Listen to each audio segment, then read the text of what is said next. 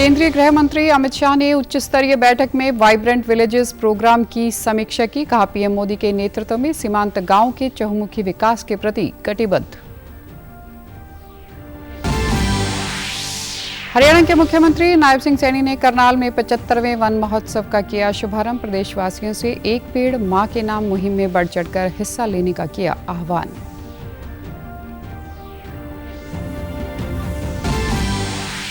और चंडीगढ़ में श्रद्धा व उल्लास से निकाली गई भगवान जगन्नाथ रथ यात्रा। पंजाब के राज्यपाल व यूटी प्रशासक बनवारी लाल पुरोहित भी रथ यात्रा को खींचा। यहां आना काफी सुखद एहसास।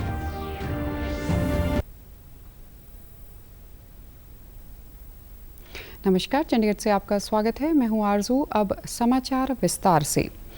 प्रधानमंत्री नरेंद्र मोदी ने अमेरिका के पूर्व राष्ट्रपति डोनाल्ड ट्रंप पर हुए जानलेवा हमले पर चिंता जताई। प्रधानमंत्री ने सोशल मीडिया एक्स पर अपनी पोस्ट में लिखा, मेरे मित्र पूर्व राष्ट्रपति डोनाल्ड ट्रंप पर हुए हमले से मैं बहुत चिंतित हूं। इस घटना की मैं कड़ी निंदा करता हूं। राजनीति और लोकतंत्र में हिंसा का कोई स्थान नहीं है। उनके शीघ्र स्वस्थ होने की कामना करता हूं। हमारी संवेदनाएं और प्रार्थनाएं मृतकों के परिवार, घायलों और अमेरिकी लोगों के साथ हैं। वहीं हमले के बाद डोनाल्ड ट्रंप ने यूनाइटेड स्टेट्स सीक्रेट सर्विस की शूटिंग के दौरान तुरंत कार्रवाई और उनकी जान बचाने के लिए धन्यवाद दिया है। उन्होंने कहा कि अविश्वसनीय है कि ऐसा कृत्य अमेरिका जैसे देश में हो सकता है।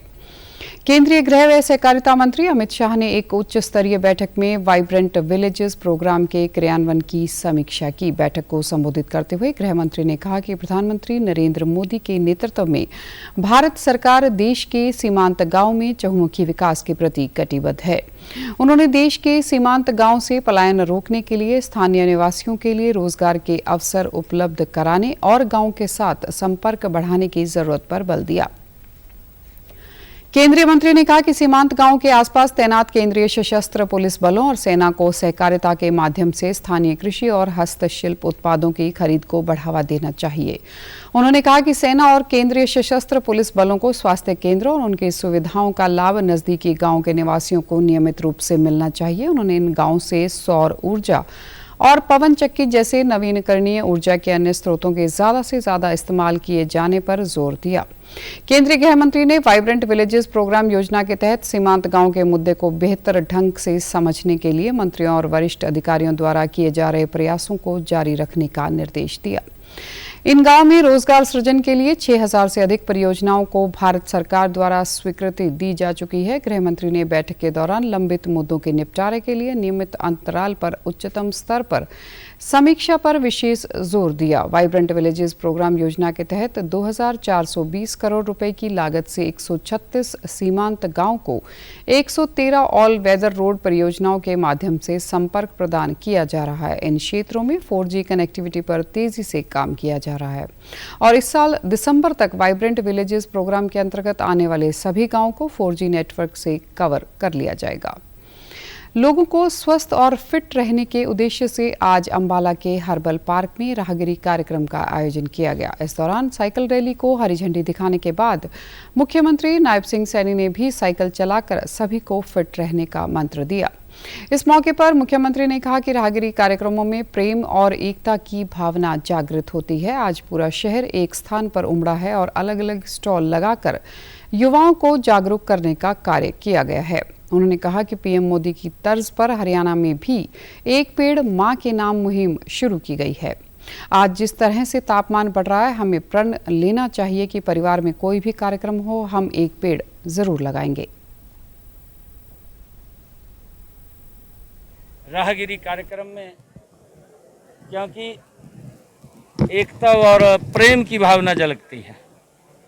आज पूरा शहर एक स्थान के ऊपर उमड़ा है और यहाँ पर अलग अलग स्टॉल लगा करके जो स्टॉल लगाए गए हैं युवाओं को भी जागरूक करने का काम और खेलों के द्वारा भी अपना प्रदर्शन दिखाने का यहाँ पर काम, चाहे रस्साकशी की है, फुटबॉल की है या जूडो कराटे की है या पौधारोपण की है। इस मौके पर पर्यावरण संरक्षण के मुद्दे पर चित्रकला प्रतियोगिता, सांस्कृतिक कार्यक्रम और कई खेल गतिविधियां भी करवाई गई। मुख्यमंत्री ने 5 खिलाड़ियों को सम्मानित करने के साथ ही दिव्यांगों को ट्राईसाइकिल भी वितरित की। मुख्यमंत्री नायब सिंह सैनी ने कल करनाल में त्रिवेणी लगाकर 75वें राज्य स्तरीय वन महोत्सव का शुभारंभ किया। इस दौरान प्रदेशवासियों को महोत्सव की शुभकामनाएं देते हुए उन्होंने कहा कि आज 2 बड़ी परियोजनाओं की शुरुआत हुई। एक तो 50,000 वन मित्र लगाए गए हैं। जो वन मित्र पौधा लगाएगा उसे प्रति पौधा 20 रुपये सरकार की ओर से दिया जाएगा। दूसरी बड़ी परियोजना, आज से हरियाणा में एक पेड़ मां के नाम का शुभारंभ किया है। 2020 में पूर्व मुख्यमंत्री मनोहर लाल ने हरियाणा में ऑक्सीजन बनाने का निर्णय लिया था, जिसका करनाल में आज मुझे उद्घाटन करने का अवसर मिला है। मुख्यमंत्री ने सभी हरियाणा वासियों से अपील करते हुए कहा कि वे खुशी के अवसर पर एक पेड़ अवश्य लगाएं। 2014 से 2024 तक सरकार ने प्रदेश में 18 करोड़ पौधे लगाने का संकल्प लिया है।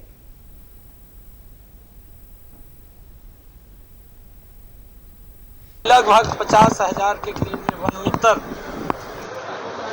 जो पौधा लगाएंगे, अपने आप खड्डा खोद करके उसका संरक्षण करेंगे। हर पौधे पर वन मित्र को 20 रुपया सरकार की तरफ से दिया जाएगा। जो भी व्यक्ति अपने आप जो भी पौधा लगाएगा, पौधा लगा करके उसका संरक्षण हमारे जो वन मित्र हैं उसके हैंड ओवर करेगा, वो उसका संरक्षण करेगा। प्रति पौधा उसको भी 10 रुपया देने का काम ये हमारी सरकार करेगी। कांग्रेस नेता दीपेंद्र हुड्डा द्वारा 15 जुलाई से करनाल में जवाब मांगो यात्रा निकाले जाने पर मुख्यमंत्री ने कहा कि इस यात्रा में बापू बेटा के अलावा कोई और दिखाई नहीं देगा। कम से कम अपने कार्यकाल का जवाब अवश्य दें कि उनके कार्यकाल में उन्होंने क्या क्या काम किए। नहीं तो मैं कहीं ना कहीं भूपेंद्र हुड्डा को पूरी बुकलेट मैं दे दूंगा कि उनके कार्यकाल में क्या क्या हुआ, वो सारी चीज बता दूंगा। हरियाणा विकास से वंचित रहा, हरियाणा को एक पिछड़े के तौर के ऊपर इन्होंने आगे बढ़ाने का काम किया। हरियाणा के अंदर भेदभाव उत्पन्न होता था, क्षेत्रवाद के नाम पे होता था। आज भी बापू बेटा लगे हुए हैं। आपके सामने है कि यात्रा के अंदर कोई और दिखाई नहीं देगा, बापू बेटा ही दिखाई देंगे।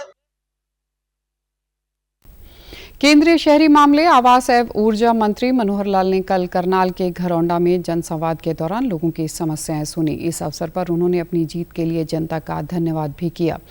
कार्यक्रम के दौरान उन्होंने संबंधित विभागों के अधिकारियों को लोगों की समस्याओं को उनके निपटान के निर्देश दिए। उन्होंने कहा कि उनका प्रयास रहेगा कि हर सप्ताह एक हलके का दौरा कर जन समस्याओं का निपटारा किया जाए। एक सवाल के जवाब में केंद्रीय मंत्री मनोहर लाल ने सोनीपत में भाऊ गैंग के 3 सदस्यों के एनकाउंटर को सही करार देते हुए कहा कि वह इसके लिए हरियाणा पुलिस की सराहना करते हैं। उन्होंने एक बड़े रैकेट को तोड़ा है। इस तरह की कार्रवाई आगे भी होनी चाहिए। किसी भी तरह का अपराध हो, पुलिस सहन नहीं करेगी। वहीं विधानसभा चुनाव के लिए नैलो बसपा में हुए समझौते पर उन्होंने कहा कि चुनाव आ रहा है तो सब लोग गिरगिट की तरह रंग बदलेंगे, इससे कोई फर्क नहीं पड़ेगा।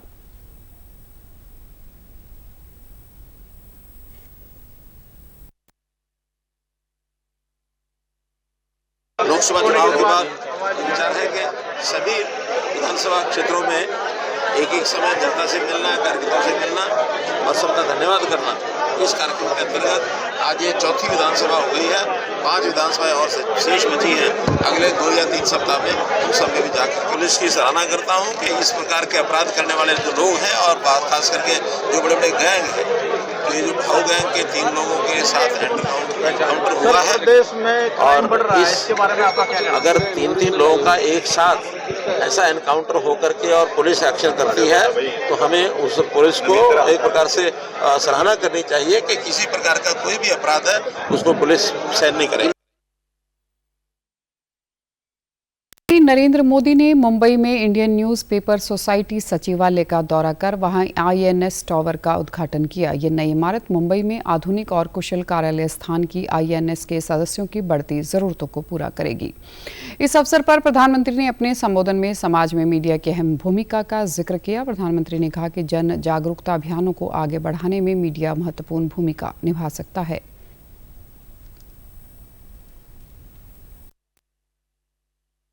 इंडियन न्यूज़पेपर सोसाइटी के सभी सदस्यों को बहुत बहुत बधाई देता हूं।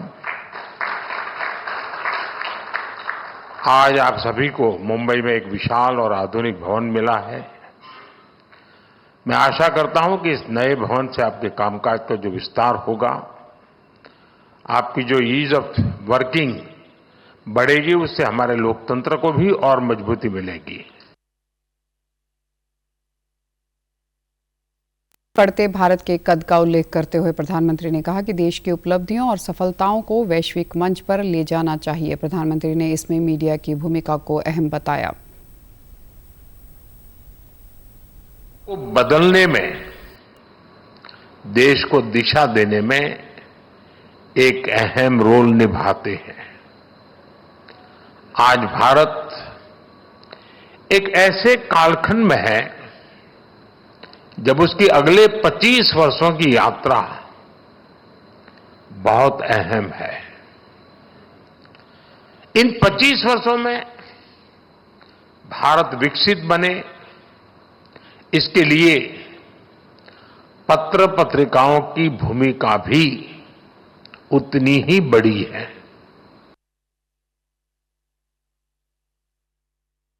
पंजाब सरकार ने राज्य के 7 सरकारी स्कूलों के नाम स्वतंत्रता सेनानियों और शहीदों के नाम पर रखने का ऐलान किया है। पंजाब के शिक्षा मंत्री हरजोत सिंह बैंस ने कहा कि जिन सरकारी स्कूलों का नाम बदला गया है, उनमें बरनाला जिले के सरकारी प्राइमरी स्कूल छन्ना गुलाब सिंह का नाम बदलकर स्वतंत्रता सेनानी दरबारा सिंह सरकारी प्राइमरी स्कूल और जुमला मालकान के प्राइमरी स्कूल का नाम स्वतंत्रता सेनानी लाभ सिंह के नाम पर रखा गया है। मानसा के सरकारी सीनियर सेकेंडरी स्कूल बरे का नाम सेवा सिंह व बुढलाडा के स्कूल का नाम स्वतंत्रता सेनानी श्याम सिंह, लुधियाना के सऊदी कलां के स्कूल का नाम स्वतंत्रता सेनानी बीर सिंह, प्राइमरी स्कूल झोरडा का नाम शहीद ASI Gurmukh Singh, school of eminence Morinda का नाम शहीद सूबेदार मेवा सिंह के नाम पर रखा गया है। पंजाब कृषि विश्वविद्यालय लुधियाना के वैज्ञानिकों ने फाजिलका जिले के विभिन्न गांवों के दौरे के दौरान किए सर्वेक्षण के आधार पर कपास जैसी फसलों के लिए किसानों को हिदायतें जारी की हैं। यूनिवर्सिटी के कृषि वैज्ञानिक डॉक्टर मनप्रीत सिंह ने किसानों को उचित मात्रा में खाद के प्रबंधन का ध्यान रखने और नरमे की फसल पर पहले पानी लगाने के बाद यूरिया खाद के इस्तेमाल की सलाह दी। इस दौरान डॉक्टर जगदीश अरोड़ा ने कहा कि मौसम में नमी के कारण कपास की फसल में कीड़े और बीमारियों का खतरा बढ़ जाता है, खासकर सफेद मक्खी का प्रकोप बढ़ जाता है। इनको देखते हुए जरूरत अनुसार कीटनाशकों का छिड़काव करके सफेद मक्खी के हमले को रोकने के लिए प्रबंध करने चाहिए। उन्होंने गुलाबी सुंडी के बारे में भी जागरूक किया। चंडीगढ़ सेक्टर 36 के इस्कॉन मंदिर से कल भगवान जगन्नाथ रथ यात्रा निकाली गई। इसमें ट्राई सिटी से बड़ी संख्या में श्रद्धालुओं के साथ ही पंजाब के राज्यपाल और यूटी प्रशासक बनवारी लाल पुरोहित भी पहुंचे। उन्होंने भगवान जगन्नाथ की पूजा की, रथ के आगे सोने के झाड़ू लगाई और उसके बाद भगवान जगन्नाथ, भगवान बलदेव और देवी सुभद्रा के रथ को भी खींचा। इस दौरान राज्यपाल ने भगवत गीता और भगवान के संदेशों को दुनिया भर में फैलाने के प्रयासों के लिए इस्कॉन की सराहना की। उन्होंने कहा कि इस्कॉन ने लाखों लोगों के जीवन को दिव्यता से बदल दिया है। उन्होंने कहा कि प्राचीन काल से रथ यात्रा का आयोजन किया जा रहा है। आज हमारे लिए इतना बड़ा उत्सव साल में एक बार आता है। हम सौभाग्यशाली हैं, हम भाग्यवान हैं जो कि हम यहाँ पर भगवान जगन्नाथ के दर्शन के लिए यहाँ पर उपस्थित हुए। ये रथ यात्रा है, भगवान पूरा भ्रमण करेंगे हमारे चंडीगढ़ में।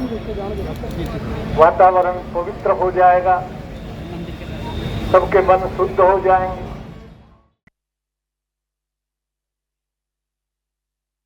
भगवान जगन्नाथ की 38वीं रथ यात्रा है। रथ यात्रा चंडीगढ़ के विभिन्न सेक्टरों से होते हुए सेक्टर 36B पहुंचकर संपन्न हुई। मौके पर भंडारे का भी आयोजन हुआ। इस्कॉन के प्रवक्ता अचिकन प्रियादास ने बताया कि रथ यात्रा में शामिल श्रद्धालु नृत्य और संकीर्तन करते हुए चल रहे थे। भक्त टोलियां बनाकर नृत्य व संकीर्तन कर रहे थे। रास्ते में जगह जगह स्टॉल लगाकर रथ यात्रा का स्वागत हुआ।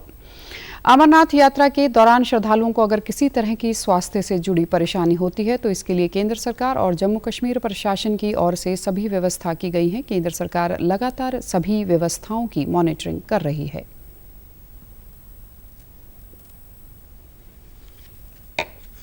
यात्री आते हैं। लगभग 2.5 लाख से अधिक यात्री पिछले 15 दिन में वहाँ आ चुके हैं। और हाई एल्टीट्यूड में जो यात्री आते हैं उनकी उम्र भी कईयों की 60 या उससे अधिक रहती है, और वहाँ पर जिस तरह की फैसिलिटी प्रोवाइड करी गई है वो बहुत ही उत्तम है। और गवर्नमेंट ऑफ JNK ने भी कई ऐसे नए उसमें वहाँ चीज़ें उपलब्ध कराई हैं। जैसे मैंने वहाँ देखा कि एक पिट्ठू एम्बुलेंस करके उन्होंने शुरू करी है, जो कि मेरे ख्याल से एक यूनिक उनका मेरे ख्याल से एक एक्सपेरिमेंट है। एक पिट्ठू के ऊपर ही उन्होंने जो है ऑक्सीजन सिलेंडर रखे हैं, और ये पिट्ठू 8 पिट्ठू बालतल की तरफ से और 8 पिट्ठू पहलगाम की तरफ से ये आगे पीछे यात्रा में चलते रहते हैं। तो अगर यात्रा में चलते हुए कोई भी यात्रियों उन्हें दिखा जो कि जिसको ऑक्सीजन की शॉर्टेज आ रही है, तो उसको वहीं की वहीं उन्होंने उसके ऊपर ऑक्सीजन से उसका उपचार करते हैं।